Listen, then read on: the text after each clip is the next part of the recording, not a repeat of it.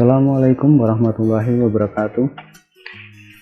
Jumpa lagi dalam mata kuliah perencanaan perkebunan, program studi pengelolaan perkebunan, Politeknik Pertanian Negeri Samarinda. Pada pertemuan pertama, kita akan membahas tentang perkembangan perkebunan di Indonesia bersama saya, Rusli Anwar. Sebagai pendahuluan, perkembangan perkebunan di Indonesia sebagaimana diketahui telah ada sekitar abad ke-16, di mana ditandai dengan pengembangan usaha gula tebu. Usaha budidaya dan industri ini semakin berkembang sejak adanya kebijakan swastanisasi perkebunan mulai tahun 1970. Di dalam kegiatan usaha ini terlihat adanya keterkaitan antar berbagai subsistem dalam sistem agribisnis, walaupun sebagian dari unit usahanya berada di Eropa. Pada sekitar abad ke-16, agroinput, peralatan mesin pertanian, serta peralatan pabrik didatangkan dari luar negeri, sehingga pabrik-pabrik tersebut menggunakan tenaga ahli dari luar negeri. Peralatan dan mesin pertanian didatangkan sebagian besar dari Jerman dan Belanda. Usaha perkebunan tersebut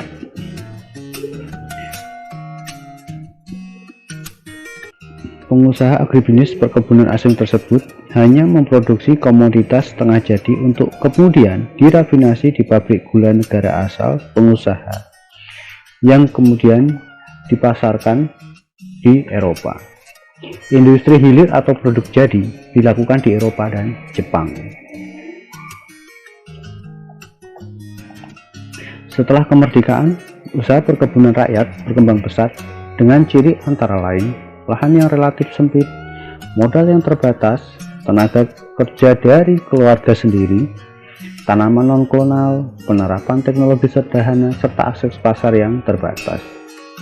Produk primer yang dihasilkan oleh perkebunan rakyat ini menjadi sumber bahan baku bagi perkebunan besar yang biasanya membangun pabrik di sekitar perkebunan tersebut.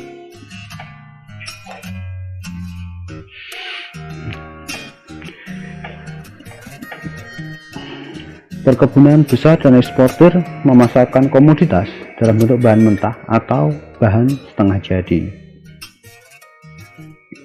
Memasuki akhir 1980-an, terlihat adanya ekspor komoditas olahan jadi hasil perkebunan. Banyak investor dalam dan luar negeri yang memberikan investasi dan penanaman modal bagi industri-industri perkebunan di Indonesia.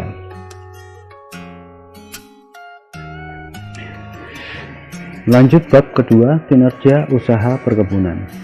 Terdapat dua jenis pengusaha perkebunan, yaitu 1. Usaha perkebunan rakyat yang didirikan dengan luasan kecil, tenaga kerja keluarga, lemah permodalan, manajemen produksi yang sederhana, teknologi pengolahan rendah, dan akses pasar yang sempit. Sedangkan yang kedua yaitu usaha perkebunan besar yang berdasarkan sumber modalnya dapat dibedakan menjadi perkebunan besar milik negara atau BUMN dan perkebunan besar milik swasta yang bisa berupa perusahaan dalam negeri ataupun perusahaan asing, yang dicirikan dengan skala usaha yang relatif besar, tenaga kerja upahan, dan didukung oleh permodalan, manajemen, teknologi pengolahan, serta akses pasar yang relatif kuat. Meskipun perkebunan rakyat memiliki kelemahan dalam produktivitas dan mutu hasil, namun memiliki kekuatan khususnya dalam menghadapi fluktuasi harga. Selanjutnya kita mengenal perkembangan areal dan produksi. Yang pertama yaitu perkebunan rakyat. Perkebunan rakyat mendominasi 81% dari area total perkebunan di Indonesia. Selama 28 tahun terakhir, usaha perkebunan rakyat telah tumbuh sangat pesat Sebagaimana diketahui bahwa areal perkebunan rakyat telah berkembang dari 4,1 juta hektar pada tahun 1980-an menjadi 11,4 hektar pada akhir tahun 1990-an. Produksi kuantitatif juga meningkat sangat pesat, yaitu dari 2,2 juta ton pada tahun 1960-an menjadi 8,3 juta ton pada tahun 1996. Pertumbuhan pesat terdapat pada komoditas minyak sawit yang sebenarnya baru dimulai pada akhir tahun 1983. Namun pada tahun 1996 produksinya telah mencapai lebih dari 1 juta ton minyak sawit per tahun. Komoditas primer perkebunan rakyat yang sangat besar ini tentunya menjadi peluang usaha bagi perkebunan besar untuk mengupayakan diversifikasi produk olahan dalam rangka peningkatan nilai tambah dari komoditas primer perkebunan tersebut. Selanjutnya yang kedua, kita akan mengenal dengan perkebunan besar. Luas areal perkebunan besar swasta pada tahun 1980-an tumbuh lebih cepat dari area perkebunan besar negara. Pada tahun 1968, luas area perkebunan besar negara sedikit di atas perkebunan swasta, yaitu perkebunan negara seluas 436.000 hektar dan perkebunan swasta 395.000 hektar. Sebaliknya pada tahun 1996, luas area perkebunan negara telah berada di bawah area perkebunan besar, di mana luas area perkebunan negara yaitu 961.000 hektar dan 1.747.000 hektar adalah luas perkebunan besar swasta. Komoditas yang paling diminati pengusaha perkebunan besar adalah kelapa sawit dari 120.000 hektar tahun 1968 menjadi 1.511.000 hektar pada tahun 1996. Selanjutnya yaitu kakao yang pada tahun 1968 hanya 7.000 hektar menjadi 174.000 hektar pada tahun 1996. Dan selanjutnya adalah kelapa dari 5.000 hektar pada tahun 1968 menjadi 142.000 hektar pada tahun 1996. Selanjutnya kita akan mengenal perkembangan industri hulu primer dan hilir perkebunan. Yang pertama yaitu industri hulu, atau industri primer.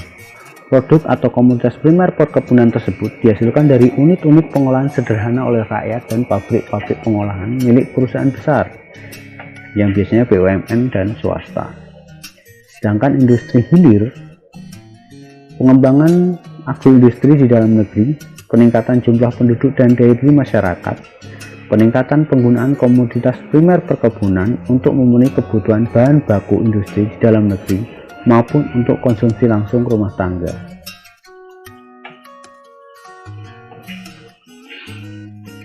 Di mana peran subsektor perkebunan sebagai penyedia bahan baku bagi industri akan semakin panjang apabila kita memperhatikan pola perkembangan industri hilir yang semakin beragam.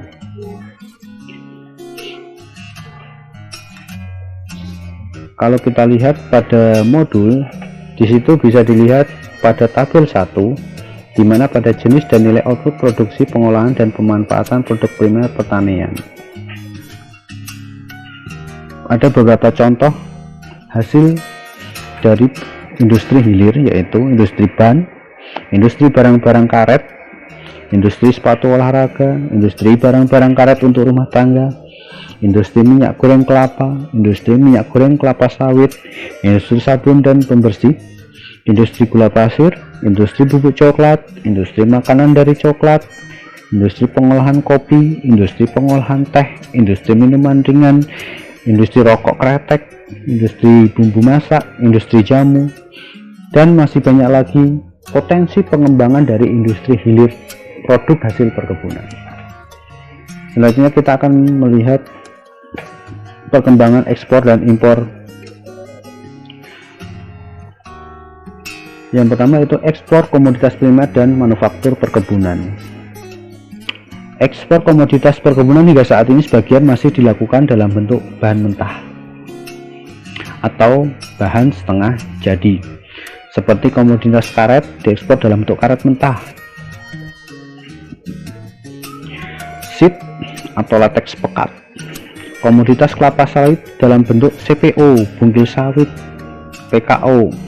Sedangkan komoditas kopi masih dalam bentuk kopi berasan, kakao dalam bentuk kakao biji. Namun terdapat pula komoditas yang diekspor dalam bentuk produk jadi seperti teh bubuk dan produk olahan lainnya, yang sebenarnya kita harapkan ke depan bahwa pangsa pasar ekspor produk olahan perkebunan dapat lebih berperan dan dalam bentuk barang yang jadi. 6 komoditas andalan dalam perolehan nilai ekspor berturut-turut yaitu karet, minyak sawit, kopi, kakao, minyak kelapa, dan teh.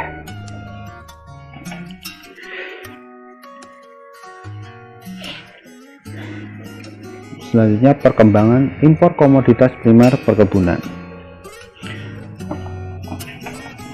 Dalam hal impor komoditas primer perkebunan yang relatif tinggi yaitu impor serat kapas, gula tebu, dan tembakau.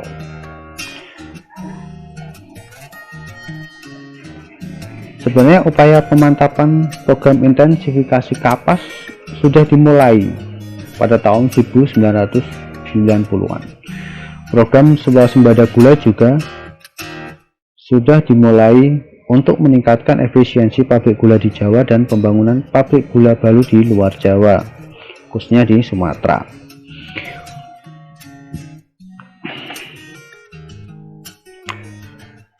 Lalu kita akan melihat perkembangan kebijakan pemerintah dalam upaya meningkatkan industri perkebunan. Yang pertama yaitu industri berbasis pedesaan. Sebenarnya jika kita lihat dalam website Departemen Pertanian, kita bisa membaca visi Departemen Pertanian yaitu pertanian modern yang berbudaya industri dalam rangka membangun industri pertanian berbasis pedesaan.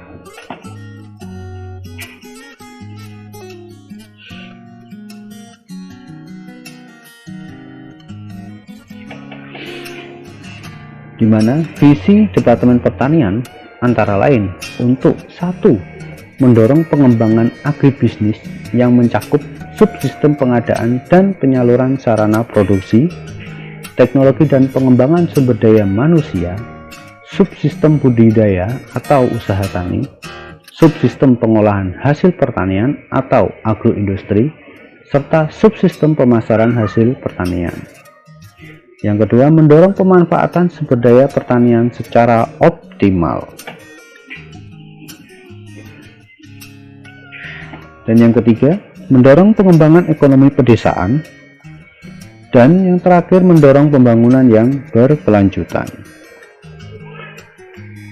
Adapun kerangka pembangunan pertanian yang berwawasan agribisnis tersebut pada dasarnya mempunyai tujuan antara lain yaitu menarik dan mendorong sektor pertanian.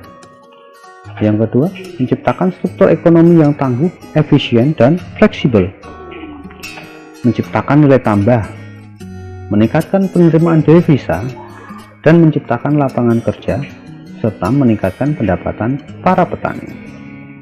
Sehingga perlu didorong mekanisme keterkaitan antara pembangunan pertanian dengan pembangunan industri dan jasa guna menghasilkan komoditas pertanian yang memiliki muatan teknologi tinggi sehingga daya saingnya semakin meningkat. Selanjutnya kita lihat strategi pengembangan sektor industri perkebunan. 1. Yaitu peningkatan produktivitas dan efisiensi. Yang kedua, mempertangguh daya saing komoditi perkebunan yang secara fisik dilaksanakan melalui peningkatan mutu hasil, secara kelembagaan melalui koperasi dan kemitraan usaha, dan secara ekonomi melalui peningkatan produktivitas dan ketangguhan usaha tani, sehingga dapat menyajikan produk dengan kualitas dan muatan teknologi yang tinggi serta harga yang bersaing. Peningkatan orientasi bisnis dari usaha tani, sehingga setahap demi setahap usaha tani yang bersifat subsistem diarahkan kepada usaha tani komersial, sehingga mampu menggerakkan ekonomi pedesaan yang sekaligus mampu memobilisasi dan menggerakkan kegiatan sektor industri di pedesaan serta sektor jasa lainnya. Yang keempat, menciptakan usaha tani yang berkelanjutan sehingga tidak hanya berlangsung untuk satu siklus kegiatan berproduksi saja. Yang keempat, kita akan melihat keterkaitan antara agroindustri, industri hulu, dan industri hilir. Upaya untuk mendorong pengembangan perkebunan rakyat sebenarnya telah dilakukan oleh pemerintah sejak lama, di mana bisa diketahui luas area pengembangan perkebunan yang dilakukan melalui proyek pemerintah 20%. Sedangkan 80% area pengembangan industri perkebunan lainnya dilakukan secara swadaya oleh masyarakat. Saat ini pengembangan perkebunan dilakukan melalui 4 pola pengembangan, yaitu 1. Pola perusahaan inti rakyat atau PIR. 2. Pola unit pelayanan pengembangan atau UPP. Pola swadaya atau PS. Dan yang keempat, pola perkebunan besar. Selanjutnya, pengembangan perkebunan akan kita bahas pada pertemuan berikutnya. Demikian untuk pertemuan hari ini. Silahkan Anda untuk menyelesaikan tugas yang ada pada Google Drive, yang nanti linknya bisa dilihat pada akhir acara. Terima kasih. Wassalamualaikum warahmatullahi wabarakatuh.